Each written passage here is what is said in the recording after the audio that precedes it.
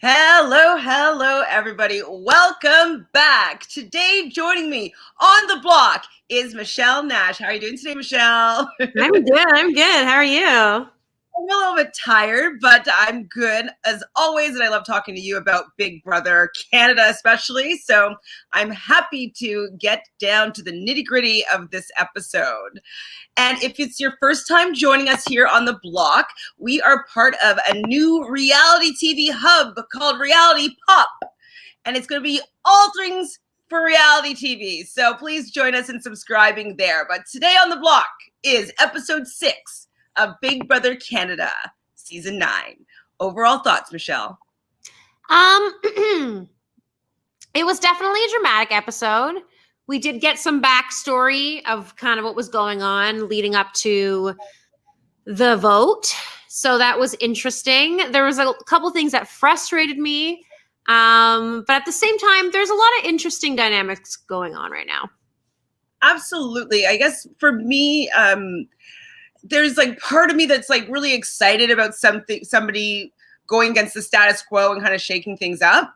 But then there's another part of me that's kind of annoyed by how this is going, because I guess I don't see it being done well strategically. And so it seems like it's just like I'm doing this big showy flashy move that's actually I don't feel is a smart game move. Like maybe make the move, but how it's being done, it doesn't seem like she's setting herself up for further things down the road and like have everybody like, you know, following what she needs to say. Like I don't think she's using her power in a good way other than making a big move and seemingly making a lot of enemies. So I have mixed feelings about it. And we're definitely going to be getting into that for sure.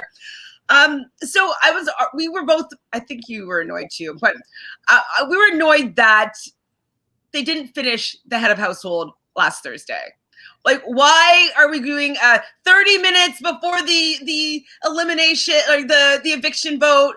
Like, were you annoyed that they did a recap, rewind, and they didn't just start it where it finished on Thursday? Yeah, well, more so I just feel like they should have shown the end of the competition on Thursday. Yeah. Like I get what they were doing with the lead up. And like I'm glad they showed that.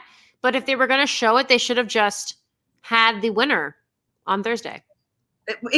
Okay. Yes. They always do like a recap and like, this is what happened before. I get that. But I kind of was like, when I was watching it, I was like confused. I'm like, wait, I thought we're at the head of household. Like, shouldn't they be starting at the competition? Like, why are we already doing the backtrack as if like the competition has never been done before?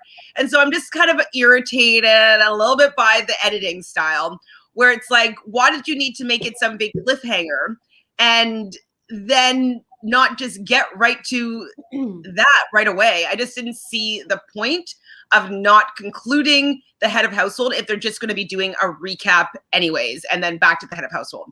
Also, question about the head of household.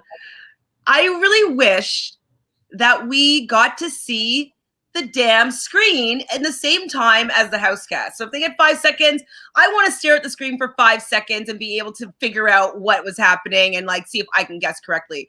Do you kind of play along as well, or do you not care? Yeah, I like to do that as well, especially for those types of games. Those are like some of my favorite types. Like remember it really quick. And yeah, it just made it kind of boring for us because we're like, oh, it's obviously this. But like when you see it for 2 seconds, you don't obviously know. So I agree with you. I just wanted them to let us play a little bit. Like it was worse last week. So last week they kind of just like they showed it for a quick second, and then they would show like the 2 people that were guessing's reactions. And I'm like, I really don't care about the reactions. They're gonna hit a buzzer. I don't need to see them hit a buzzer. Like I want to see what they're staring at. I want to see that picture. They did do a better job, in my opinion, of like showing it a little bit more, but it didn't. I want to be doing it in the same time as the house guests playing, so I can see how well I would stack up. You know, that's kind of how I could judge how well I would do. So they go back to basically before the eviction vote, and 30 minutes before, LaToya seems to want to flip it and have Rohan stay. So Josh stay. So sorry, John. Sorry, what did I say? Rohan and what say? Kiefer? Did I say Kiefer? Josh. Oh, what did I say though? You said Rohan. Rohan and Rohan? No, you said LaToya wanted Rohan to stay. Oh. But she wanted Rohan to go and Josh to stay. Yeah. And so she wanted to keep Kiefer and Beth still voting the same way, and she wanted to split it basically down the middle so that they had to have 6 people and have Rohan be evicted instead. Now, what did you think about now seeing this whole flip, especially since we know now that it didn't happen? Yeah, I mean, it was so intense. And that feeling of like being a nominee and seeing people like go to different rooms when you think that you're safe is definitely not a good feeling. It was just, I don't know. I appreciated that she was trying to make sure that they kept the alliance of the Sunsetters a secret and keeping the votes kind of split in that way. But it was an uphill battle. And to do it that quickly, and when you were getting a no, I think she tried to push a little too hard with Vic, and it kind of bit her in the ass. Absolutely. They show LaToya going in to talk to Victoria and Tara, being like, we're doing it. And I understand her trying to share the necessity of making this move happen, but I don't think that she made them feel like it's their decision or that it's good for their game, or it's like, we're doing it. And it's like they had to follow suit. And for the most part, since they're both not really working with LaToya, I can understand them wanting to be defiant over that. It's like, no, we're not doing it. I don't want to do that. Like, why are you asking me this now? Like, definitely I could see how they would be annoyed by that and then want to put their foot down and be like, no, like flip-flopping back and forth. Like, I'm saying no, you're saying we're doing it, I'm saying that we're not. So I feel as though LaToya dropped the ball in her approach with getting Victoria and Tara on board. And agreed. I was just really upset because I do think, and at the moment I did think that it was a better move for them to take out Rohan. We talked last week about how Josh was making really good points about why he should stay. He could be the perpetual pawn. He's always going to have the target on him. These are really great points, and they should have kept that because they're not working with Rohan. And I would rather keep someone like Josh that could be a perpetual pawn that wouldn't be upset with me or be coming after me necessarily next. But Rohan, they're not aligned. So I don't know. I think she should have really tried to maneuver that with a little bit more finesse. Boy, boo. So the flip is going to fail. I can't remember who said it, but it's not the time. I think it was Tina that said it because she said that she promised Rohan that she wasn't going to vote him out. And why are people making all these solid promises, which is another thing that's been frustrating me too. It's like, I get that your word is your bond. I get that we're talking about morality and how we want to be seen in the game and to the outside world. Absolutely. I'm one that's loyal to the soil. Like, I get that. But if it's somebody that you're not closely aligned with, why are you promising them your vote? It is so ridiculous to do that. To make promises this early like that, when you don't know where someone's allegiances lie, is just a recipe for disaster.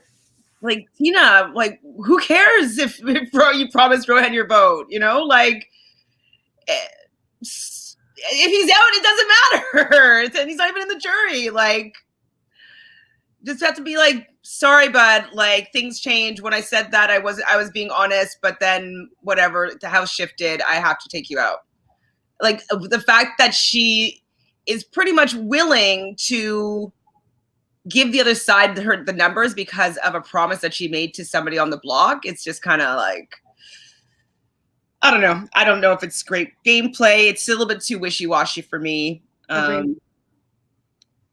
Who's next? So Kiefer tells Victoria So Kiefer tells Kyle, that Victoria is the one that was playing both sides. So after the flip fails, Kiefer decides to throw it all onto Victoria.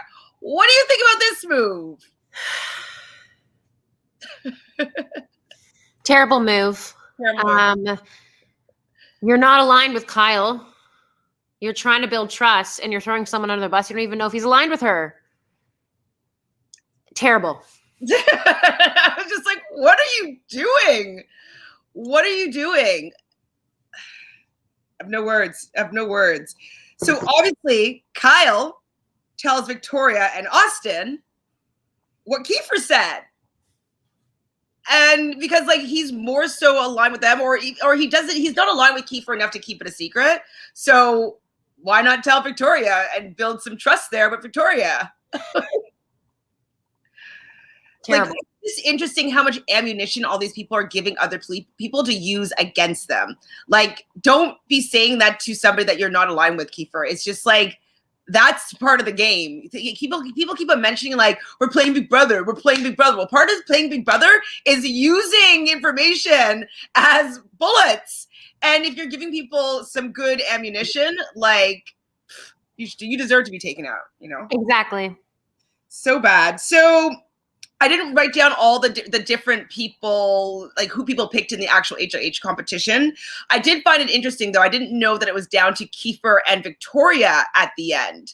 And Kiefer does say to Victoria, I'm not putting you up. Like, if I win, I can't remember what she said. I think she did say something like, yeah, me neither. Or like, no, same here, or something like that. Yeah.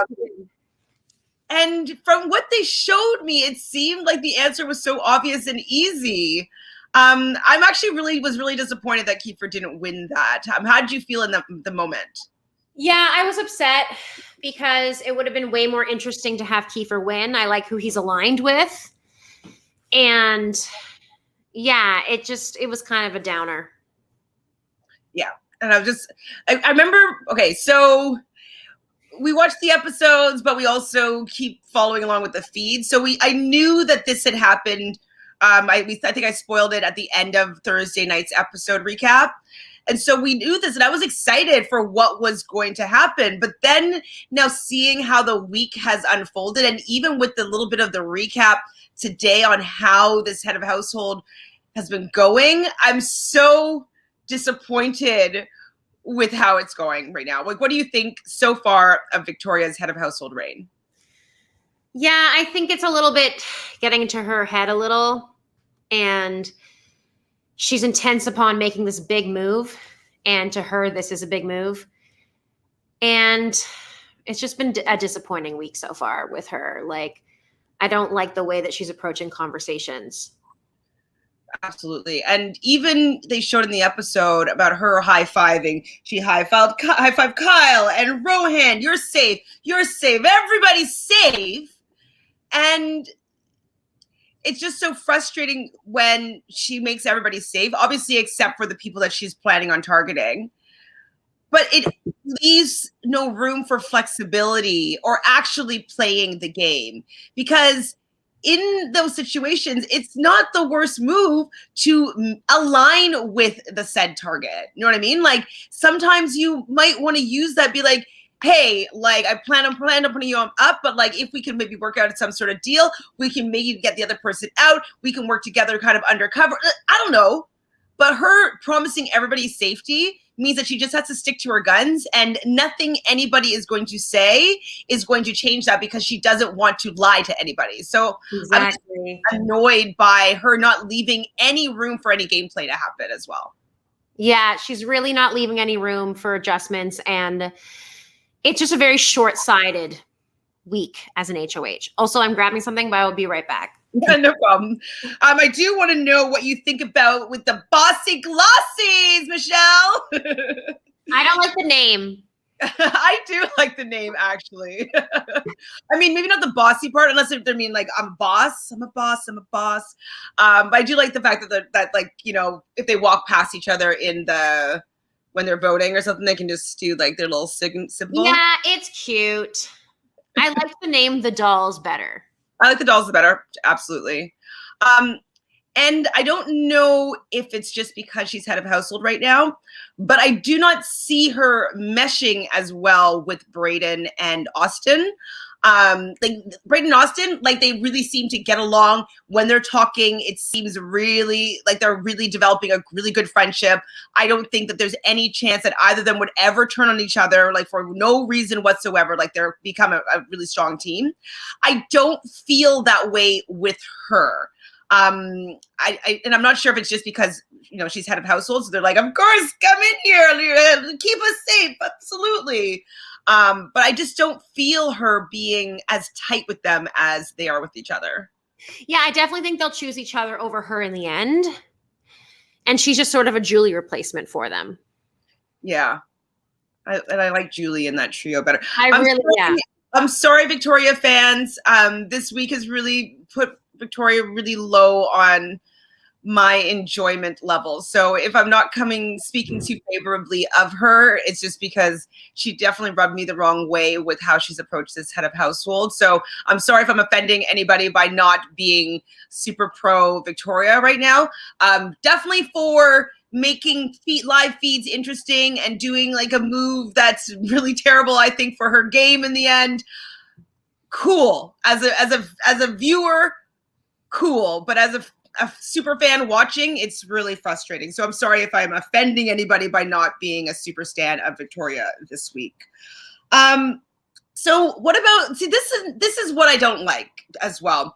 So Kiefer tries to go and have a conversation with Kyle, and Rohan's there on the couch, and Kyle is just like, no, I don't want to.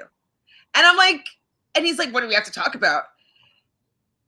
And there's a part of that just looks to me about Kiefer did something wrong and he's trying to make amends and apologize or whatnot.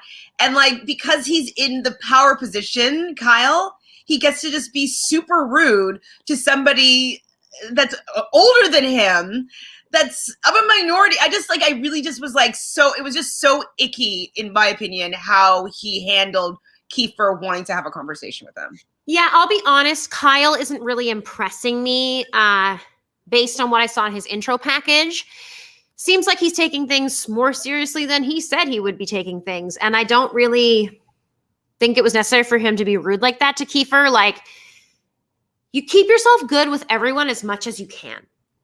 Like, why would you not? Why would you not be in your best interest when you're privately alone with anyone to like at least just be like, hey, you know what I mean? Like, he didn't do anything specifically to you. Yeah, he said this lie. But like, he's coming to you to be like, hey, I fucked up. Like, at the end of the day, even if you're not going to work with him, be like, cool, man. Because you never know what could happen. He could win veto, then he could win HOH. Like, why create this animosity? Lead with kindness in that way, or at least fake kindness. And I think it will always do you better in the game. It was just, to me, it was just so rude and not necessary. It wasn't necessary. Like, Kiefer really didn't do anything that badly to him. And so it just seemed to me like this like privileged kid gets to now be an asshole to this guy. You know what I mean? Like, I was like, where are your manners? Like, exactly.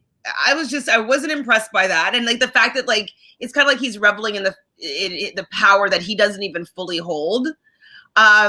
It's just annoying. And I guess it's also bothering me that Victoria is allowing somebody like him to feel this powerful. And it's really, really rubbing me the wrong way. I agree. Completely. So bad. And Kiefer's saying things like, because I'm playing Big Brother. He's not really saying the right things in general, but he's not speaking to somebody that seemingly even respects him at all. I agree. He doesn't respect him, and it's disappointing. I think Kiefer this week has shown in this episode, regardless of how good of a player he is, I think he's a really, really genuine person. And that is someone that I want in the game at least halfway through the game for me. Even if they're not my number one, even if they're not in my thing, I know at the end of the day, you can see the truth in him. He'll always come around. Like, you know what I mean? The way he came around and was like, I can't live in my conscience. Like, that's someone I can track their moves a little bit easier. So those are people I will either try to get some trust with them because you know that they will probably like stick to it, even though he lied. Like, he wasn't aligned with her at that time. So it didn't really, you know what I mean? He didn't really like go back on any word. And so I feel like that's an important person. Like, until you actually play a game, not that we've played, but like the versions I've played, you think you're going to be so ruthless. And yeah, there's an element to that. But at the end of the day, if you see someone and you can read that they're actually honest to a certain degree and they're like genuine in their emotions, that's someone I want to keep in the game. 100%. Because like it's a social strategy game, and part of the things that we can use to our advantage is being able to predict what each person playing would do if they had power. And so leaving people that are unpredictable in the game and are willing to make whatever move or do whatever it takes to have the power, I don't want anybody like that in the game, because I can't predict their moves and they could just flip on a dime and it could be to get me out. And so I 100% agree with you. Kiefer would never be somebody that I would be willing to be taking out right now. And LaToya also, she's very clear with who her targets are, who she's loyal to. Like, she's not going to lie to you. She's not going to promise you anything unless she actually means it. And that's a very good person to keep your eye on in the game, work with in the game, and take out a lot later when you know that like you can get their vote for sure. Because like I know she wouldn't be wavered with her vote in the jury house if she's there. I wouldn't be sending that person out pre-jury. No way. Agreed. No. So wait, what was I saying here? I have you to Beth. See, this is another thing with Victoria promising even more to Beth as well. Hi. How you doing, Wolf? Oh, love that pick. That little girl queen. Such a hunk. Wolf, next Monday you're coming on too, okay? So you better. So she promises to Beth now, like, I have you right, and kind of building some sort of alliance with Beth that she doesn't plan on keeping a little bit later on. Why is she doing this? I don't know. It doesn't make any sense. This is what I was saying to you during the episode, I think. Yeah. When you're in a position of power, very stunning. Same girl, same. Okay. When you're in a position of power, okay, the number one thing you can do with that power is gain information. People are going to give you information. Sometimes it's true, sometimes it's not. But take everything in, which in some degree she is. But why is she offering up like power or like, safety to people? You don't need to promise anything. You don't have to say a word. You can be like, oh, I'm so excited and yay, without promising anything. She's just going to bite herself she's just going to ruin it for herself later on because she's made too many friendships or connections that she's promised this safety, And just to your point, to add to it, it's like, why wouldn't you yeah, okay, sure. Even if they are safe and 100% that they are safe, what's the harm in them offering you up? Okay, so if I'm head of household next week, if I'm safe this week, I will make sure that you're going to be safe for next week as well. At least let them offer you some deals. So if you make something messy happen that they don't like, at least they might have to uphold the fact that they said they made you a promise on your HOH that you didn't put them up, that they can't go after you. It seems to me how she's played this week that a large majority of people will be targeting her directly next week. And it could be time for the defenders to get some power here. And I don't see her being able to escape the block if any of the defenders go up. I agree with you. And I think she made a really big mistake with her whole conversation with LaToya. I mean, to tell someone it's you or this person with the goal of like finding out who she's aligned with by who she's going to tell, why would you not just say, I don't know yet. I may be thinking about Brayden. Why even say her? Why give her that information? Because now you're already telling her that you have no intention of working with her and you're already considering putting her up. When you know she could win veto, you know she's close with some guys, like it just seemed like not the right decision, in my opinion. 100%. And I think that Victoria was frustrated with LaToya's approach. So LaToya was kind of like, this is a bad game move. You're playing emotionally. And this could be factual, but if someone is playing emotionally, nobody wants to be told that they're playing emotionally. They want to be making smart, strategic moves that are better for their game. And so I would think or hope that LaToya would be like, try to shapeshifter and mold her mind into thinking somebody else was a bigger game move. You know what I mean? I think that as a defiant child is how Victoria is really playing this HOH, in my opinion, that she is not going to abide by what LaToya says here because she's already annoyed that LaToya was trying to flip the vote and force her into doing something she didn't want to do. like, take the clue here, LaToya. She doesn't like how you manage her. So change it up. 100%. Like, LaToya, I mean, I just really think she made a big mistake with her approach. Read the situation. I agree. She was really defiant and not wanting to do that flip. You're not working with her. According to her, you've never really talked a game with her. And now you're going to come up to her and you're going to say, make sure you play like this. Make sure you run your HOH, not emotionally. Who are you to say that to her? If you were in power and someone said that to you, you'd be like, this is my HOH. Please stop. And we would be like, yes, LaToya. You know what I mean? Like, she just, for her to expect Victoria to react well to this is just not a good perception of her. Like, she's obviously not reading Victoria very well if she thinks that this was going to work. I think that she's too honest in this regard. I think her honesty and her realness works so well in other aspects of the game, but in this moment, not so great. It doesn't work when her opening sentence is, yeah, I'm not going to be like everybody else and come up here and kiss your ass. Ah! No, don't say that. No. No. Yeah, no. That in so many words, being like, listen, like, I want to be real with you. I want to work with you. I want to figure out something that we could do together that could be mutually benefit for both of us. Like, I'm always going to be honest with you. Like, and talk about it being a good thing, like, I want to be real with you. And like, and then maybe Victoria could be like, so were you willing to work with me? And maybe she can ask her some hard questions or something like that, that LaToya would have to respond to, honestly, in the moment. Something, but just coming in there being like, I'm not going to kiss your ass means that you're not willing to put your pride down, to work with her, to keep yourself off the block, basically. Exactly. It was so very bad. Sad. I was sad about it.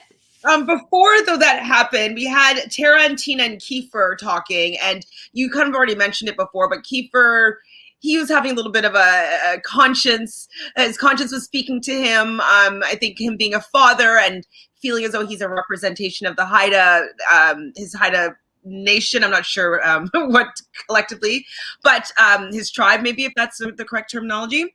And so I think that he feels there's a responsibility for him to uphold some values that he holds true and maybe that he teaches and shares in his real life. So I totally understand him knowing that when he threw out Victoria's name, he said that he was never going to throw anybody's name under the bus for his own gain.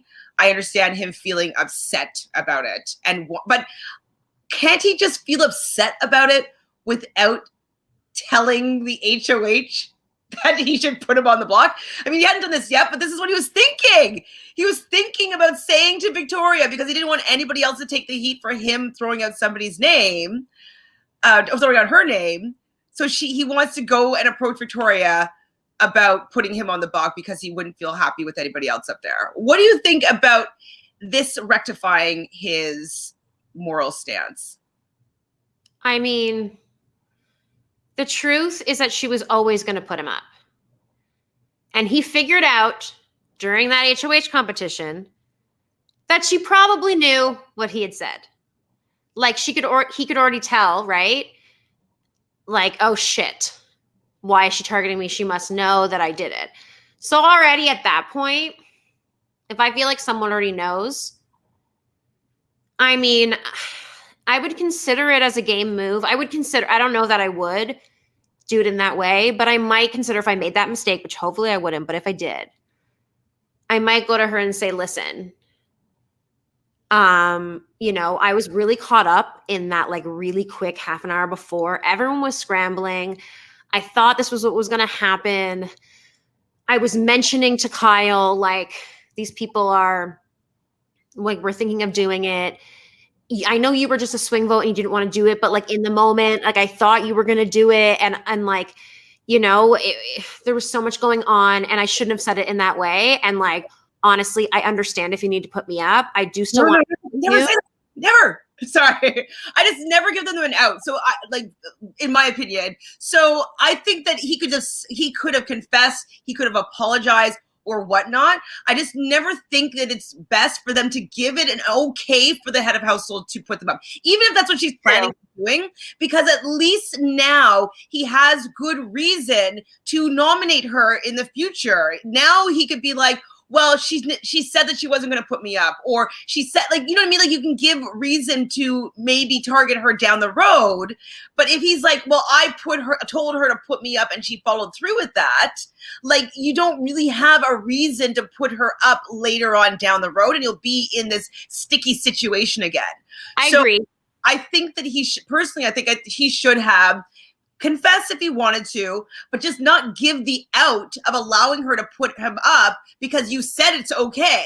Never like he. Yeah, you know what? Yeah.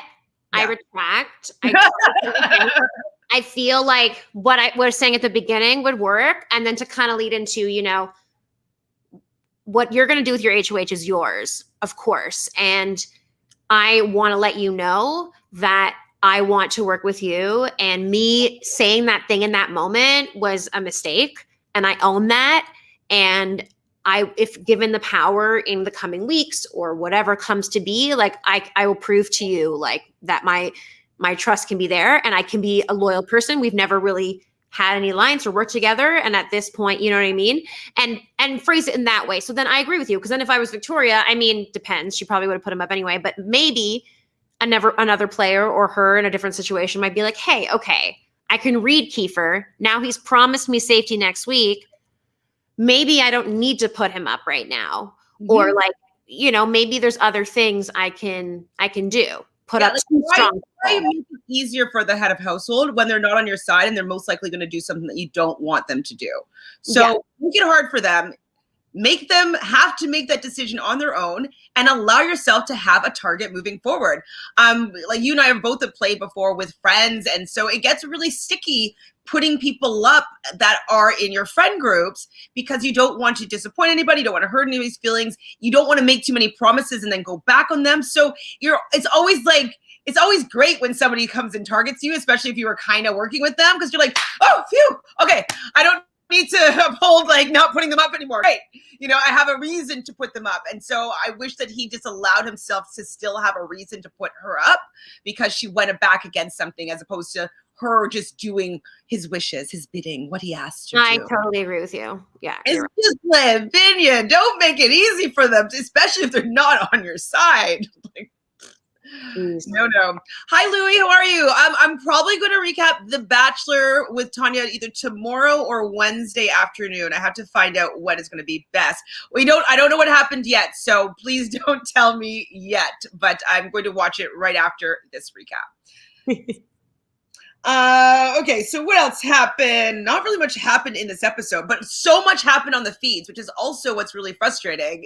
Like, show us more of that before the HOH. Like, if you're going to just show us more of that stuff. I want to see more of these conversations happening. I want to see more of her talking to LaToya even. Like, I want to see more of these conversations, which they just don't show us on the show. I guess they don't think it's interesting enough.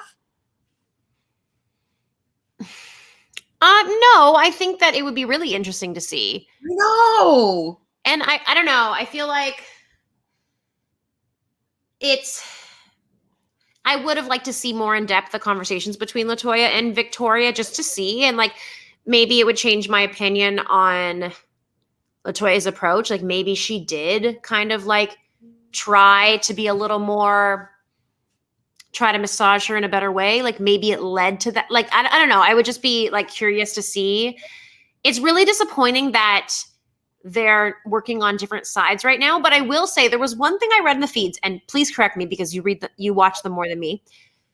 Victoria was saying to someone, I forget who, Kyle. she mentioned that she had at some point, maybe towards the beginning, I don't know when, she had approached LaToya about working together and being in an alliance, and LaToya said no, straight up. No, it wasn't. She alluded to that in that conversation today. I only heard the recap of it. I haven't seen the actual physical footage, but I believe it was to the three of them. So it was Sajed, Ty, and LaToya, and striking up like, let's work together. And I don't think anybody said no. I think it was just like, yeah, let's, of course, yeah. Like, not solidifying anything, not being like, let's put all our hands in, let's make a name or anything like that. Okay. It wasn't fully pushed through, but it also wasn't denied. So that was the understanding that I had, that it wasn't, they didn't solidify something in that particular moment, and they haven't reconnected again to make something tangible. So yeah. I think that they would have made something tangible if they really wanted to work strongly with Victoria. So cool. I get that she was like, you don't want to make an alliance with me, but also though, I know that LaToya probably just doesn't want to make promises to too many people. And so she wasn't saying no, but I don't think she was saying yes either. And that's what rubbed Victoria the wrong way. Yeah, I agree. And also, I think when LaToya wasn't around, the boys, the two boys were a lot more, made it seem to Victoria, from what I was reading, that it was less their fault in a way, that they were more likely to have her back than LaToya was willing to say. And I think that they want to be loyal to LaToya ultimately, but that like they were able a little bit more to like kind of fake it in that way and like make her feel a little bit better with them. But I just feel like LaToya, what I like about her and what makes it difficult is that she really is super authentic, and she's not going to throw around promises that mean nothing. And she's someone that I think Victoria should work with. And I think it's smart to work with someone like that, of course. Mm-hmm. But if Victoria's already made this decision of like, you know, I already feel betrayed by you, I don't like the way, whatever, there's not much she can do at this point. No more coming. There's no coming back from it at all. Yeah. Yeah. So Victoria's intention was to tell LaToya that it was between her and Brayden, to see who she's talking to when it trickles back to her. So of course, Victoria tells, I believe it was Jed, Ty, and Beth. They showed us a scene of that. And Beth then goes and tells Brayden. And well, she also was saying to Austin. No, yes. Did she tell Brayden or to tell Austin? I think they were both there when she said it. I know Brayden was there, and there was someone else there, and it could have been Tara, but I want to say that it was Austin, because he was just like, "Oh, really?" Like, oh no, okay, so yeah, she tells Brayden. Now beforehand, though, so Beth is trying to make some sort of alliance thing with Austin, and then finding out after, because Brayden goes, we can't trust Beth. Beth is saying that she heard that it was between Brayden and LaToya. Now, I would think if I was Brayden that, hey, Beth is actually being a good friend here, being like, this is what I heard, and I'm telling you directly that, like, as soon as I got some information, like, I'm trying to keep you safe. But they were immediately taking it as like, oh, she's working with LaToya, so Beth can't be trusted. So wouldn't she, like, why do you think that is? If Beth is able to receive information and tell it to you directly, why is that make Beth less trustworthy? Well, I think it's further complicated by the fact that on the feeds, at least from what I've seen, I think it's Beth and Ty are super close, right? They spend a lot of time together. It's become clear to most people that LaToya is close with the two boys.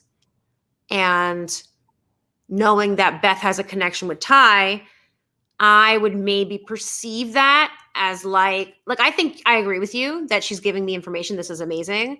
But I also might think, okay, what if she's telling me to try to like be okay with me just for now? Or like she wants to be in with me, but like she's also working with them. And like, I don't know, it might make me question where her loyalties are for sure. If she's telling the truth or not, how can I confirm if she's telling the truth? That kind of thing. So the fact that she came directly to him with information that she found out, however she found out this information, she didn't let it, like, would he feel more comfortable, or would this make more sense if he heard that she knew about him being an alternate and didn't say something to him? You know what I mean? Like, that's where I would think that it would be indicative of not wanting to work with her, right? Being like she withheld information from the other side of the house, but she brought information. I understand, though, her having alliances or allegiance to Ty, which make her seem as though she's maybe more loyal to the other side, but maybe she's as loyal to Ty and she's there just to get information, and she could be like a mole for you to a certain extent. So I don't know. Looking at it as to like use her to keep gaining information, especially if you know that this is truthful information and you could see the leak train. So you can see it went LaToya to Beth to me. That's a really great thing to know, in my opinion. So I agree with you. And I think he also took it as like, because then Beth went like, so this means we can't trust Victoria. You know, we gotta be careful because she said your name. And in a way, okay, he's being like, she's talking bad about Victoria. But really, like, that means, yeah, she's trying to protect you. She's saying, hey, listen, I'm hearing your name. And then I would know, it's true. Like, I would actually believe, and this is correct because Victoria told me that she was planning this as a seed. So now I know that Beth's giving me information like fairly quickly. This is good. I will say that Brayden has really impressed me with his ability to be so well liked by almost everyone. Like, he's not in anyone's name for real. He doesn't seem like a threat at all. He's very likable. He's playing a really good low game, how you should play the first half of the game. Like, I'm curious to see how it will develop, but I really like where he's at right now. And I feel like Beth has no idea that he's been saying these things about, we can't, love Beth. Absolutely. I don't think she knows. I think she thinks they're super tight and he's really, making things seem good. And I think that he's going to maybe even purposely not win power for a while, just so that he can make sure he stays in the good books for, until he needs to. Yeah, no, I think that he's definitely in a good position. And, in his intro package and probably how he got cast was being a little bit flamboyant and a little bit extra and a little bit overzealous and, which is a character that we love to have in the house for sure. But it can be at times polarizing. And some people might not jive with what we were assuming his personality was going to be translated inside of the house. So it is nice to see that he's able to dial it up or dial it down in accordance to how he's going to need it in the game. And so right now he has his, sass and pizzazz turned down a little bit, and he's kind of keeping it within the people that he's working with. And I definitely think it's really good gameplay. But I'm curious because he's kind of been on the side of the head of household so far, because he was with his best friends with Austin. Yeah. He has this trio with Victoria is not sure how, like, if that's because, like, what came first, well, we know his alliance with Austin came before all of that. 100%. Because that, so I feel at the end of the day, he's true to that. The other ones, I agree with you. We'll see how much he flops around, or if he does, what he tries to build. He's also in that Sunsetters Alliance or whatever, which, I mean, Brayden? Isn't he? No. Oh, No. Sorry. Sunsetters are Ty, Jed, Tina, LaToya, Kiefer, and Beth. And Beth. Sorry. Okay, never mind. Beth, they have another alliance with Austin. I mean, they're all shuffled out now. Actually, they're not even relevant this week, so don't worry about it. Okay. Well, anyway, he's one of the people, in my opinion, like right now where things stand and where things seem to be going, I feel like the people in the house who are in the best position right now in terms of like, I don't think no matter who wins, I don't think they'll be put up or really be a target, is Brayden and Tina. I think that they are both like in very good positions to not be even pawns. I think more so than most other people.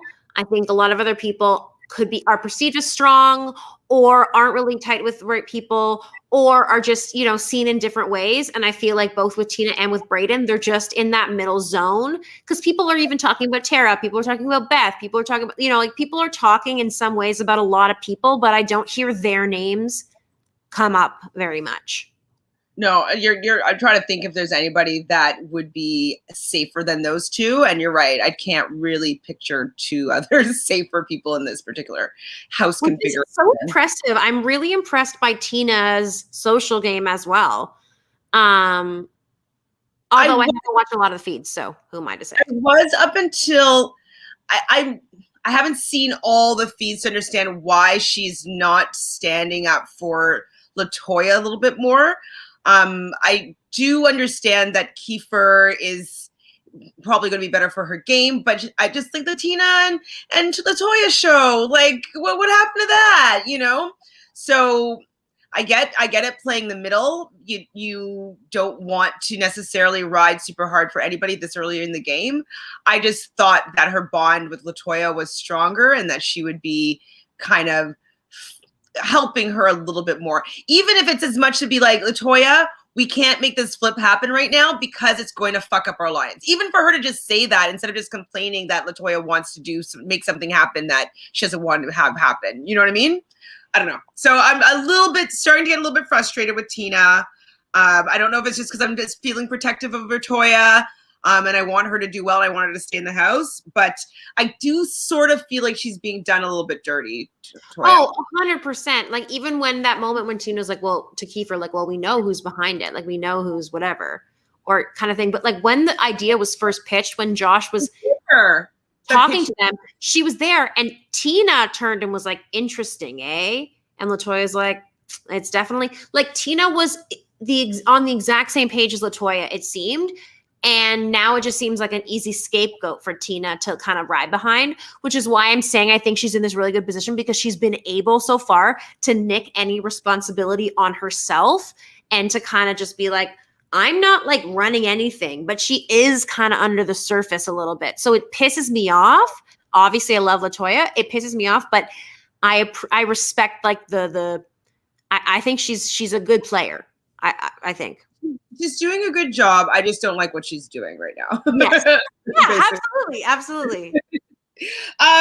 So we're talking about this during the episode. I still don't understand how Victoria telling LaToya that her and Brayden are who she's deciding between. How getting back to her through Beth, this whole thing is bad for Tina or for LaToya. I just don't understand how LaToya is getting heat for just talking to somebody that she feels comfortable with about something that you said. And we didn't get any acknowledgement that it was like a secret conversation or please don't say anything or there was none of that. So I'm just wondering why Victoria's like, she's got to go. Like, what? Like, yeah, the more I thought about it as it was going on, I was like, why? What is this? What this is showing you, if anything, is that LaToya is one of the most honest people because she's telling people exactly what you said. You never asked her not to say anything. And even if you had, you told her it's going to be you or Brayden. If someone said to me, it's you or someone else, I'd be like, okay, obviously you don't want to work with me. You're telling me straight away before the vote that I'm being considered. We're not in an alliance. We're not working together. You didn't listen to me. Okay, cool. Obviously, I'm your target. If I tell anybody else, like, isn't that good? There's nothing wrong with me saying that because, like, you've told me that. But she's weirdly using this as like, oh, she told someone else that I said this about Raiden's coming back. I mean, did you expect her to not tell anyone what you said? Like, you said you were maybe considering putting her up. You think she's just working completely alone and isn't going to tell anyone and wants to work with you, even though she's not working with you? Like, that doesn't make any sense. Is it because to see that she has an army of people that could be rallying for her? Is that what she means? That she can use that information to get people to support her? But then don't tell her that she's being considered. Yeah, that's what I was saying to you before, too. I feel as though if her goal was to see who LaToya was going to tell about the Brayden name, and if her goal was to see, like, how quickly does this spread and how quickly does it come back to me, what she should have done is say, hey, LaToya, I don't know what I'm doing with my noms yet. You know, I think that I'm thinking about a couple people. I can't say all the names. Someone I am maybe considering is Brayden for these reasons or whatever.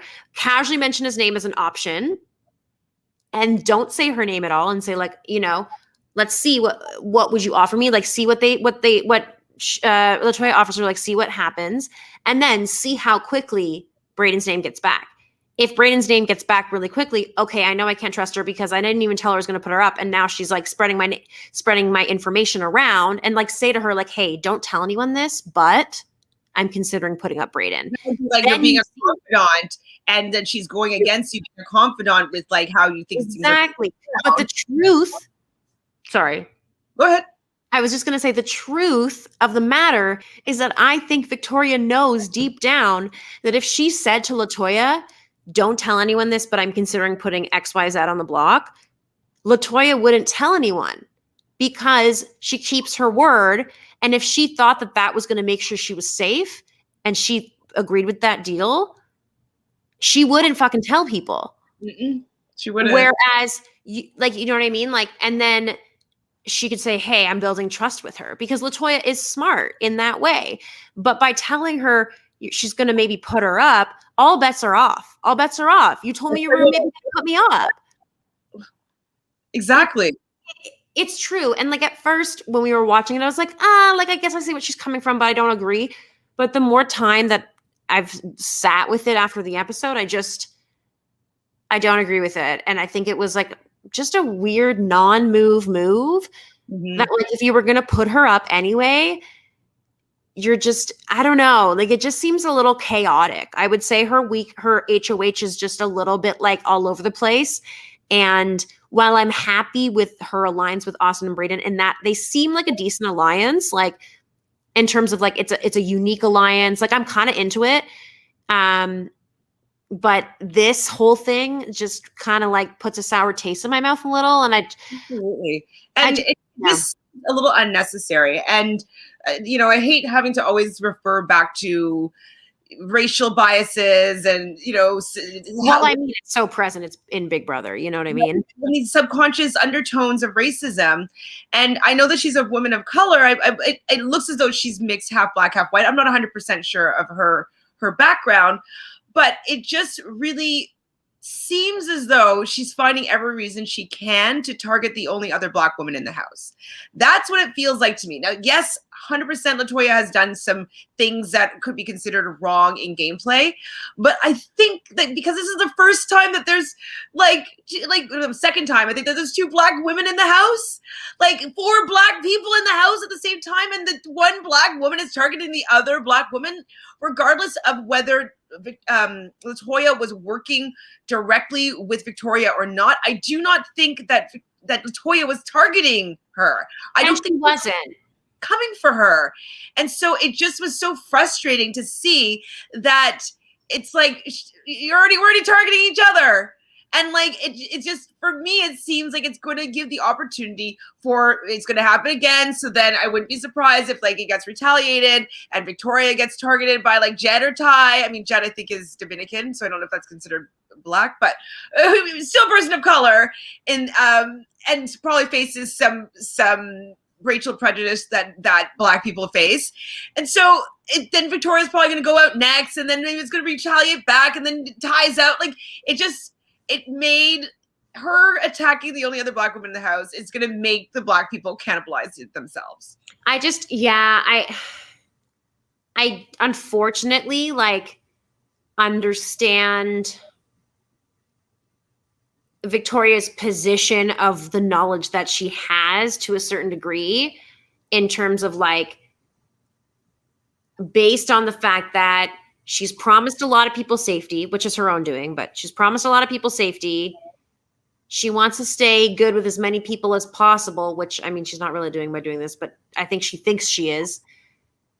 I think that like, I don't know. It's hard. I think that she's making an emotional move by putting up the person who was trying to, in her opinion, control her vote or whatever. And it's made it worse by Latoya saying, hey, don't do your HOH emotionally. It's emotionally charging her that Latoya is saying that. And so she's emotionally being like, well, now I'm going to do the smart strategic move, because obviously it's a strategic move to get someone out who is so strong and has control, when the reality is that's not true. Like Latoya is it was so obvious from day one. Like we've all seen it. We saw it with the challenge where they had to do the 2 teams, the prisoners debate or dilemma or whatever. Everyone knew, put Latoya in, because everyone believes Latoya because she speaks the truth. It's so early on. And I understand that Latoya like flipped twice, like, you know, flipped the vote against Julie. But Latoya from the beginning was like, I can't trust this person. Like, I want this person out or whatever. It takes other people to make a vote flip happen. I don't like that the responsibility always gets put on one person specifically in that way. And I think that like, the heat is going so much more off of Kiefer in this situation, in terms of like, Kiefer's the one that technically said a lie about you that wasn't true. Mm-hmm. And Latoya didn't do anything against you specifically. You just didn't appreciate the way she approached you. That's the truth of it. I just don't think she liked being told what is probably a smarter move. She doesn't like that. She wants to be like, no, I'm smart. Yeah, exactly. And like, I get it. Fine. But I just think it's a bad game move. I don't think that it's great for numbers for her when I don't think Latoya was ever coming for her right now. I just don't think so. I guess they weren't aligned. I get it. So it's kind of like worrisome if you're working with somebody else, like you're not working with me, that's scary. But Latoya, as we've said many times, is somebody that's going to be completely upfront, frank about what they're doing, what they're feeling, and who they're targeting. And you would know, at least you would know if she was starting to come for you. I feel like she's keeping snakes in there because she's more comfortable with having them around than having a strong black woman that is willing to voice their opinion and be kind of strong and maybe try to shift things in her favor. So yeah, I agree. I want to have hope for some strong women in the end in this season as well. And I'm already like, oh, because like I was really into Julie. I know that like didn't make the best moves, but I was really into her still. Like I really wanted her to do well. And obviously loved Latoya from the get-go. And I actually like did really like Victoria. And I don't dislike Victoria. I just question, some of the choices when she got power this week. And I just, and I like, I can appreciate Tina's game, but I don't know what's going to happen. Like leaving those 4 boys together again and again is like not really smart, because even with Ty, like having Kyle and Rohan as an obvious pair, it's obvious to everyone that they're close and they're tight. And like to have them with the other two boys, like they've spent a lot of time playing pool. We see them chatting a lot. It's like so the girls have noticed this. Why would you not want to cut at least one of those people out? And why shouldn't it be someone like Kyle? Well, because she promised Kyle and Rohan that she wasn't going to put them But up. there was no reason. Like she was saying that because, there was just no reason for that. Like Another annoying conversation that got us both like reeling is so Jed and Ty take it upon themselves to go and talk to the head of household, being Victoria, together. Why are they talking to her together? Now, Michelle is playing it down, but we have played a couple times a live reality game of Big Brother, and we've both done pretty well working together. And what was our strongest point was we would devise a plan. She or I would go and start talking to the head of household, and then I or you would relay what happened in there, and then the other person would go and lobby it up, or like whatever, slam dunk, whatever sports term it's supposed to be, slam dunk it, and we always got our way. Like we really were able to use ourselves as a duo, but we went in separately because we didn't want to seem like we were ambushing somebody or a strong duo coming at them with like, you have to do what we both say. No, we got to keep it separate, keep it one-on-one. And that's interesting, we both have the same agenda, or like we figure out how to word it in a way or get them to say it and then we follow up with it. Like I thought we finessed working as a duo, but like using that to get our agenda to They did not do this at all. They basically told Victoria that like don't like what to do with her head of household, and it wasn't in a way that I thought made them look like they're working that hard for her. It just was so, for them to come in together when already people are like, ooh, it seems like LaToya is close with them or whatever. And even if that wasn't the case beforehand, the two of you coming together and saying to Victoria, yeah, like, it doesn't look good for you to put up like another strong woman of color, blah, blah, blah. It's like, it made it very clear how intense they were about it. The tone that the boys were taking with her, like, this is dire. Like, you can't do this. Like, this is not you know what I mean? It like just made it so obvious that they ride with her, that they're close with her, that they want to protect her.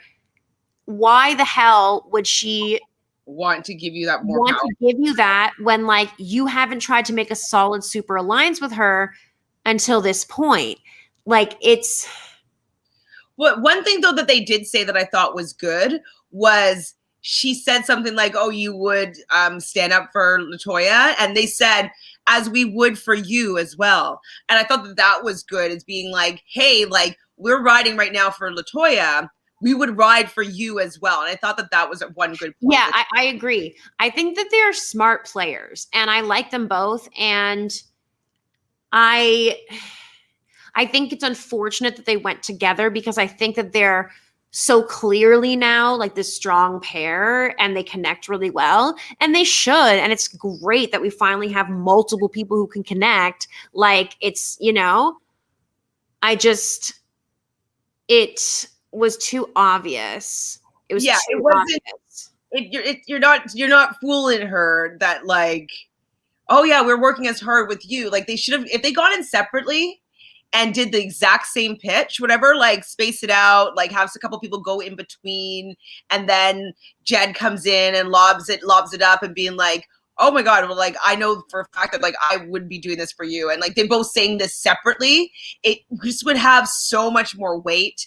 And I think that she would be buying it more if they came in separately, as opposed to it looking like these two people are coming together to ambush her so that they don't put up their real third person in their alliance. I think it was a big fail that they went in together. Big fail. And they did throw out Tara's name. So what do you think about Tara being the person that they kind of threw out there? I mean, I just think in general, like I get it. You want to put the target on someone else's back, for sure. However, when you're speaking to someone that you haven't been aligned with since like the very first few days, like when you're not in an alliance with someone and you're having a conversation with them and they're in power, I just think that it isn't smart as a general rule to say anyone else's name specifically, because you have no idea what their relationship with that person is. If it's clear to you that they don't have a good relationship with that person, if you're confident, great. But they're just throwing out a name that isn't within certain parameters. It's like, she could be super tight with Tara. Tara could be tight with someone that she's tight with. Things go around. If you're not close with these people, like, you could easily just say, like, there are other people who I think, like, Latoya deserves this opportunity. You deserve this opportunity. We would protect you. Like, I would protect you. Like, I'm trying to protect her. Be like, I think it's really important for us to go far in the game. And like, you know what I mean? Like, I think that's a really good plea. And I think throwing out another name, risky. It's super risky. Now, this just popped into my head, but I think that the team twist is what is the main catalyst for Latoya's game being tanked right now. So with her not necessarily saying 100% to Victoria about this alliance, I don't think they knew yet that the team twist had been absolved. And so I think that Latoya was probably holding out on what she's promising, because, okay, like, if then she becomes head of household and she has to nominate a Destiny person, she can't nominate Tina, she can't nominate Beth, she can't nominate Ty. Like, it doesn't leave her that many people to choose from. So I actually wouldn't be surprised if maybe the fourth or the third, like the replacement nominee may be Latoya. Or sorry. What? That's so true. I didn't even think about the fact that they might not have known about the thing yet. That's so true. That's so true. She doesn't want to make promises she can't keep. And so now I'm realizing, because she never said no, but that is probably the reason why she didn't want to say anything definitively starting, because like she had too many people that she would have to keep safe in that situation. So she wanted to, be able to have, like, okay, so she could do Brayden. Not Brayden, she could do Austin. I don't know if she would actually do Brayden, just because I don't picture her targeting somebody of color right away. Like, I just don't know. No, I don't think she would, honestly. And so maybe it would be Austin. It would maybe be Kyle, and then maybe Brayden, then maybe Victoria. But like, I think that she would have to. It would depend on. But she just still needed to have some people to be able to put up because of that team twist. So now, like, looking back, it just popped into my head. I think that that's the reason why she didn't jump on having an alliance with her, because she already had some alliance with some other people. And she didn't want to, as you said, make a promise that she couldn't keep. So I'm right now realizing that the team twist was even more detrimental than I thought, because if it was completely open and everyone was free game from the beginning, I don't know if Julie would have gone. I don't know if Josh maybe, because he wasn't. Josh would have probably gone first. But yeah, I agree with you. It really, the team thing really was upsetting. It really, like, it was unfortunate, an unfortunate twist, in my opinion. Now that, like, I've had some time away from it, I'm glad that it's over. I'm glad that now. But Victoria said, like, nobody from Team Destiny is going to be going up. So that's her own, like, but you would have done the same thing as well, most likely, because you would want then anybody from Team Destiny, if they won in the future moving forward, to do the same. And that's 6 people that would be keeping you safe. So I understand why she's using her numbers and being like, hey, I'm keeping these guys safe. I'm just still keeping it, the team still in play. Like, it's easier. It's a good excuse too. Pardon? It's a good excuse to have to put people up if you don't have targets. Exactly. And so that's why I never really liked team things, especially at the beginning, because it's really setting the precedent of how the rest of the game is going to be moving. And so we were hoping that something would be shaken up, but a defender person is going to be leaving this week. Defender people have been on the block. Like, it's just, they've really been they've gotten the shaft. What I'm hopeful for is that someone strong from that side, like from defenders side, wins HOH. Ooh. Next HOH. Jed? I'm hoping for a Jed win, Kiefer might be interesting. and I'm fine with the Kiefer win too.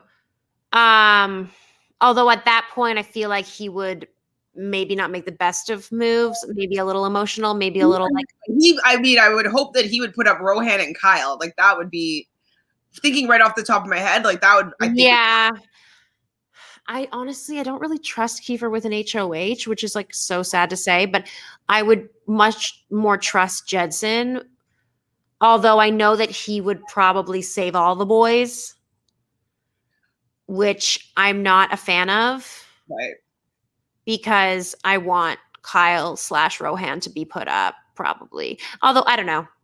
Well, speaking of Kiefer, so he does follow through and he goes and suggests himself as being the nominee, like because he feels guilty. And it's like, feel guilty, but don't give them any reason to put you up for sure. Like, don't say that it's okay. Like, even when people do their final plea before the votes, being like, don't worry, we're still gonna be friends after this. Like, whatever. Like, don't worry, bygones. Like, no. Feel the pain. I'm not letting you off the hook. This is a difficult decision. I'm going to make sure that it's a difficult decision for you because it's not a fun position for me being here. So, you know what I mean? Like, oh, I mean, you know firsthand that that's the way I would do it, and that's the way I approach it. It doesn't matter what the situation is. You don't give up in that way. You don't say, hey, like, I understand. That's the perfect excuse for someone to send you home. You make it hard for them. Hard for them to send you home. Exactly. I mean, I don't know all circumstances where maybe I would make it easier for someone. I can't imagine so, but like, I definitely wouldn't be like, oh, it's okay, guys. Whatever you decide to do, no hard feelings. Like, no hard feelings. Feel bad about this. Like, this is your decision. Make it if you want, but I'm not going to applaud you for it at all. At all. Exactly. At all. Like, I wouldn't be maybe if it's a good game later on, a game move, like later on outside of the house, I can be like, okay, fine, it was good, get me out, whatever. In the moment, I would not let these people off the hook. So it bothered me that Kiefer buckled in this way. I appreciate that he is an honest and has a conscience. Absolutely. I just wish that it wasn't at the sacrifice of his game in order for him to rectify a misspeaking. Like, he spoke. It's forgivable. You don't need to risk having your game. And then, like, at the end, so Victoria, no surprise, puts up LaToya and Kiefer and, like, has her little thing, like, it's about to get spicy. I didn't like the part where she said, you did or did not? Did not. Like the part where she said, and this should teach you to keep my name out of your mouth. It's Big Brother. You've said that yourself. She said that herself. Everyone says that. Like, do not say, oh, this will teach you. Like, everyone's name, as LaToya said at the beginning, everyone's name should be in everyone's mouth at some point. She didn't even react that. Like, LaToya was pretty calm when she heard that her name was being brought up in terms of like, yeah, your name should be brought up because it's a game. And you can't say like, how dare you speak my name when you're not in an alliance with somebody. Like, you can talk to them game wise and be like, hey, like, you know, I know that like you've been saying my name or whatever. And like, I get that, like, maybe I'm a threat to you in this way, but hey, maybe we can, you know, like you can try to like have those conversations if you want, but to say like, you can't say my name. It's like, people are going to say what they're going to say. Like, I just wish she had, I don't know. I didn't think the speech was that awesome in my opinion, but. No, I didn't think so at all. I was just like, was that directed to Kiefer? Like, that will teach you. I don't know. I wasn't happy with LaToya in this episode. I wasn't happy with what happened with her this week on the feeds. I was rooting for her so much when she won. I was like, okay, that's good. That's good. That's going to be interesting. I really didn't think that it was going to play out this way. I know I'm not going to like the outcome of this particular week. And yeah, I mean, it's definitely been interesting. It's been the most interesting first couple of weeks in Big Brother in general in a few years. So I'm really happy with the people that are playing this particular game because it is entertaining. But this week isn't going anywhere near with the way that I wanted it to go. It's interesting because I'm just looking at Joker's updates, and Wait, you know how is this a spoiler? no, it's not a spoiler. Okay. It's not a spoiler at all. You know how there's like the button of like house guests ranking and like people just rate every day and it can change and like whatever. Like Victoria is at the top. Really? And I'm just confused by Let me hear that. the whole order, please. Sorry? Can I hear the whole order? Yeah. So I'm just confused by this whole order right now. Okay. Normally, I mostly agree with what the majority of people believe. So, number 1, we've got Victoria. 2, Austin. Okay, fair. She's like a strong player. I can see that. 3, Tina. 4, Tara. 5, Rohan. 6, Julie. 7 is Brayden. Okay, in the middle, I expect that. Kyle's 8th. 9 is Ty. Jed is 10. Josh is 11. Latoya's 12. Beth's 13. And Kiefer's last. That's the ratings right now. Like it's out of 5. Victoria has a 3.48 at the top and Kiefer has a 1.55. That's just really confusing to me. I mean, it can change day to day. I'm looking up here and like shocking to me because Toya was number 2 at the beginning. On the first day, she was near the top and then she went to the bottom and then back up to near the top. And then she's slowly gone her way back down towards the bottom again. She's been all over the place. So that's interesting. Victoria's been at the top for like most of it. That's so weird. It must be super fans. It just must be. Yeah. And honestly, less people vote on here when it's the Canadian one. For the US, more people vote. Like there's hundreds, whereas this is like under 100. So it's really not that many people voting. So I'm going to take it with a grain of salt right now. Like I can't even like that's such a not anywhere near the ranking, the way that I would be ranking. Oh my God, not at all. Not at all. So I'm confused, but anyways, I'll check back and see how things change. Yeah. Oh, one last little thing about the episode. So she decides to take Brayden for the Wendy's date, and you know, she said that she's flip-flopping between Brayden and Latoya, but then she takes Brayden on this Wendy's date. And then, like, so isn't that kind of flip-floppy, or is it just like her to like, you know, seem as though she's taking and leading him to slaughter, but just like gently caressing him before she slits his throat? Like, to me, it says like, Brayden's not going to be going up there. I'm just saying a name, and I'm working with him, or I'm trying to. Yeah, like it's pretty like deceptive of her to try to make this thing to catch Latoya spreading the information that she openly told her and didn't tell her what to say. Like, is using this as like, you know what I mean?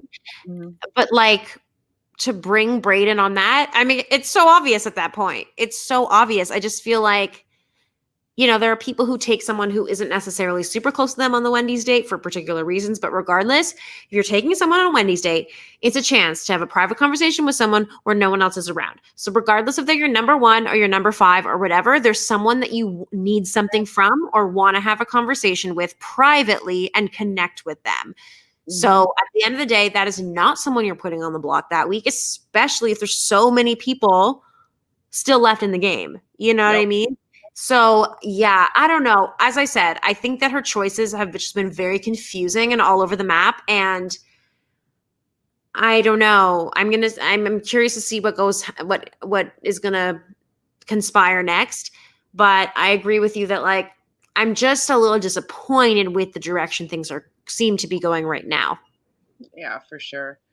So this is pretty much the end of the recap for the episode. Thanks you guys for hanging out with us, and Aaron and Louie for being our supporters here in the chat. If there's maybe a few spoilers that we can quickly just talk about. So if you don't want to hear any spoilers about what's going on before the Wednesday night episode, it would be time for you to sign off. So thanks for joining us. We'll see you Wednesday. So, but if you're here for some spoilers and a little bit more frustration, or reason for my frustration this week, is that so there was a lot more lying going on with Victoria from what I've read and seen and listened to. And so she swore on her she said her dead family that she wasn't going to put up Ty. Ty or Jed, I believe. Actually, I think it was both in the beginning. And like she just was making more of these promises that we just didn't understand. We haven't understood why she's making them. And so then there's the threat, though, that so Jed, spoiler alert, he is the winner of the power of veto. Now, obviously, Jed wants to use it on LaToya. Now, Victoria is saying that she wants to work with Jed, Ty, and LaToya, and she really wants Kiefer out. Kiefer's her target. Kiefer's her target. Kiefer's her target. But she's like, well, then why can't we take off LaToya and we can put somebody else on if Kiefer's the target? And he's like, no, because like I just don't want her flip-flopping and flipping the vote to save Kiefer. And so she won't let Jed use the veto on LaToya because now she's threatening to put up Ty. And so she threatens to put up Ty. I don't know what Big Brother was doing, but it was like an explosive day on the feeds. Like there was like lots of arguments back and forth, like Jed and Ty talking about using the veto, not using the veto. Like it was just a lot of stuff was happening. Victoria's trying to save herself. Like it was a lot of things going down. And then Big Brother decides to do the veto ceremony a day early. So it goes on, like they go on the overhead speaker being like, the veto ceremony is in 1 hour. And so it took away, because it's usually the veto ceremony is on Mondays. They did the veto ceremony yesterday. So like an entire day where LaToya could have been maybe campaigning or like at least figuring out if she's really going to put up Ty or like seeing if they can get another person on the block. The feeds are crazy. They just decided to like cut the feeds, basically do the head of the veto ceremony, and there wasn't enough time to sway, we'll say, Jed any other way. So Jed chooses not to use the power of veto. And then after Miss Victoria says to them, I would never have put up Ty. I wouldn't have put up Ty. I wouldn't have done that. And they're like, that's the only reason why they didn't use it, because she threatened that she was going to put up Ty. And then afterwards, she's like, I wouldn't have done that. I wouldn't have put up Ty. But so was LaToya okay with, like, I didn't read, did LaToya understand why Jed wasn't going to use it? I believe so. I don't remember specifically right now. I'd have to go back and kind of check. I think she understands the game and how it's played, and that like if she's saying that, she gets it. Because it would be, I think she was saying, hold on, let me just remember. I think she was saying that she thinks that Ty would have a better chance in staying over her against Kiefer, and they're not sure about that. I think she was saying that. Yeah, because even LaToya was like, maybe I'll stay over him. Like over Ty. Like would have a better chance to stay on the block versus Kiefer compared to Ty versus Kiefer. Yeah. And which is a mistake. I think no, she was saying that she thinks that Ty would have a better chance of staying than her. Oh, so that's what I think. Yeah. And so she was pitching that. I don't remember what her response was after the veto ceremony or whatnot, but there was a lot of different arguments. Like it was like honestly the most active the feeds have been, and then they decide to cut it a day short so they can have the veto ceremony. And once the veto ceremony happens, like there's not going to be any feeds. There's not going to be any discussions. There's nothing happening until like maybe Tuesday or Wednesday night when they start really campaigning for who's going to stay or who's going to go. Anyway, so it was really disappointing. That's really disappointing. I was reading the feeds leading up and I assumed like he was like, yeah, I'm definitely going to use it. And then suddenly I saw that he hadn't used it and I was like, the fuck? And then I started reading like about how they were saying to her like, oh, it sounds like you're threatening us, and she's like, I'm not, like, to Victoria, like, why are you threatening to put him up? Oh, I'm not threatening that. You swore on your life, you swore on this, you swore on that. Oh, that was like, things have changed, like, she's talking about like, I need to make sure she's not trying to switch the vote, but like, that's one person. Like, I don't know. The vote didn't even happen. The flip that she tried to do didn't even work. So why are you so concerned about her being off the block and being able to do a flip when she wasn't even able to do it last week? And if you have such strong alliances with the people that you have, and they're not going to flip on you, and you have that trust, then why does it really matter if she's on the block? It's because all of it is a lie. She wants Latoya gone. She 100% wants Latoya gone. 1,000,000%. She thinks she's being really sly, I think, and being like, "Ooh, I'm pretending that like this is my reasoning." Other player ever. That's what she's saying to like the cameras. Yeah, she's like, I'm so amazing, and like, I don't know. I don't strongly dislike her or anything. One thing though, I'm surprised that she's at the top of the leaderboard there, because this week also on multiple occasions she's used the R word in a very relaxed way. That's what I thought you were saying before. Oh no. Seeing clips of her saying it, or one clip of her saying it to Kyle, like, oh, they are R word. And I've heard that she's mentioned it said it a few times other times, but like, oh, I'm sorry. Oh, I didn't mean to say that. I'm sorry. And I believe she's also been spoken to by Big Brother about the language that she is using. So it's very surprising that even in the last few days, this has also come to a head, that she would still be at the top of the leaderboard with having such very politically incorrect vocabulary. Honestly, I will say, I find in general on Jokers, which is where I usually follow my feed stuff, like, that they don't really update it as nearly as often as the US. And I feel like there's a lot of information that we miss on there. And I feel like a lot of the people who are like on there and voting aren't like full-time feedsters. And like, even you saying this, there isn't even an article about it attached to there. There's no information about that. I did not know. So I mean, I think perception is everything. And I think that like, things are being like, not the whole truth isn't being seen to the vast majority. Because even that really changes my opinion of her, or like makes me see her in a different light. So yeah, that's interesting. So that's pretty much, I would say, what's going on in the feeds is, she's had a few, at least one speaking to from Big Brother, and I believe how it went down. I didn't see this happen. This is me retelling retell, but she took off her makeup at one point, and someone came over the speaker and asked her to come to the diary room, and she's like, "Oh my God, I already took off my makeup," and they're like, "Don't worry, you don't need your makeup." And so I think that was implied that she was getting a speaking to about her language, was because it wasn't going to be filmed. It was just going to be her getting a little bit of a scolding. Interesting. Reprimanding. So that's going down. Right now it's Kiefer and Latoya on the block. I don't really see a world where Latoya stays, because it seems as though Tina and Tara are kind of in the middle, and at least Tara is, and Tara at this point wants to keep Kiefer. I wish that Latoya had nurtured her relationship with both of them a little bit better. I think that she took for granted that she thought that she was good with both of them. Agreed. So she hasn't been playing great, but I do wish to see her in this game a little bit longer, because I do appreciate her making attempts to do things. And yes, Victoria's making attempts to do things in this HOH. I get it, but it just doesn't seem like good gameplay. And so I'm worried that all the good gamers are going to be taken out, and it's just going to be left in a kind of a mess.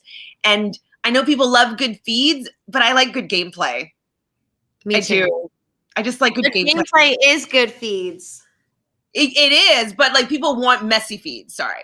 Yeah, and I don't care about messy feeds. I don't care about fights unless it's like a fight where someone's just trying to stay in the game, or a fight where someone's like trying to whatever. Like, I want it to be motivating gameplay if there's a fight in there, not just like nasty people spatting back and forth or nasty words and stuff, you know? Totally. So I'm hoping that LaToya can figure out how to stay. You know what? I'm just gonna like chalk up like some hope up there. There's still 2 more days, and you know, she speaks a strong truth, and I don't know. I agree with you. I don't think there's a lot of chance that she can stay at this point. And I think any good points she makes will just be used against her of like, look how good she is. But I'm hoping that if there's a will, there's a way. I'm hoping.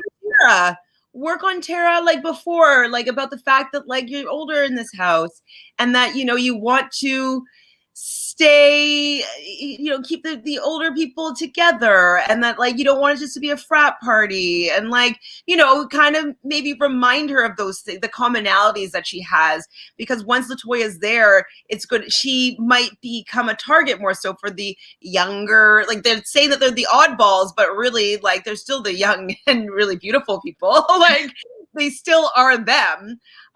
Jonathan. Jonathan's not a fan of LaToya. So, Jonathan! I mean, you know what? I will say that, like, what this episode showed me, and in general, from what I've seen, it's like, I really appreciate things about LaToya. And I wish that things would work out a different way. But the way that she approached her strategy this week with Victoria and everything, and I just, she couldn't, like, she did not do herself any favors, you know? She really didn't.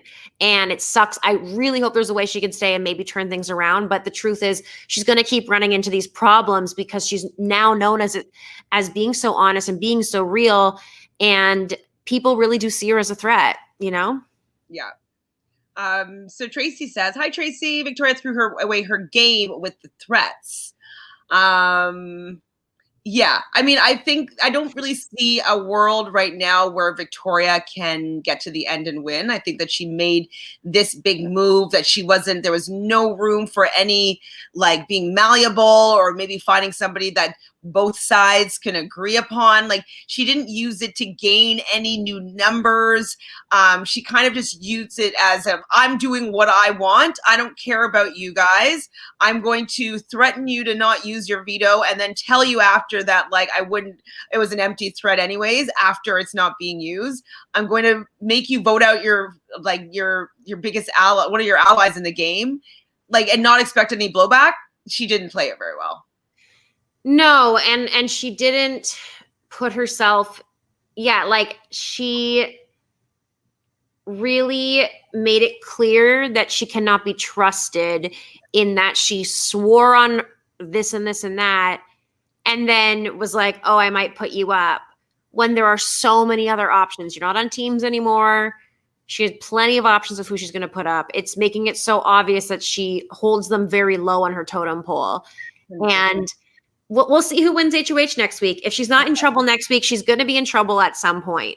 Absolutely. I don't think she can hide in the background after this move. It just shows that she's defiant, that she's not easy to work with, and that she doesn't listen to reason necessarily. So that's kind of a very risky player to have in the game, because you can't really trust what they're going to say or do. So Tracy says that Tara and Tina are being played by Kyle and Rohan. 100%. I agree with that. They're doing whatever they need to stay in this game longer. I think that they could be very easily in the hot seat next week, depending on who wins head of household. I do wish that, I mean, if it wasn't Kiefer, it might be easier for Tara and Tina to maybe keep LaToya. But I think they have developed a stronger relationship with Kiefer. And so. Yeah, he is. So you have to admit, like, he has a likableness, a genuine likableness to him. I don't know. I don't want him out, but I would rather. No, and I like them both. Like, and I like that LaToya made an alliance with him and other people. Like, I'm into that vibe. And like, they both have been on the losing side already. And like, I love an underdog story. You know how we feel about that. And I just, it sucks. It sucks. But still enjoyable, more enjoyable than all Definitely. 2022. So thanks everybody for hanging out with us here at On the Block for Reality Pop. Please come back and hang out with us on Wednesday. It'll be me and the curmudgeon Jonathan in the commentary, not a fan of Latoya. But make sure you subscribe, and thank you for watching Reality Pop, your new hub for all things reality. Please do that. Yeah, Wednesday. Ciao, everybody. Thank you.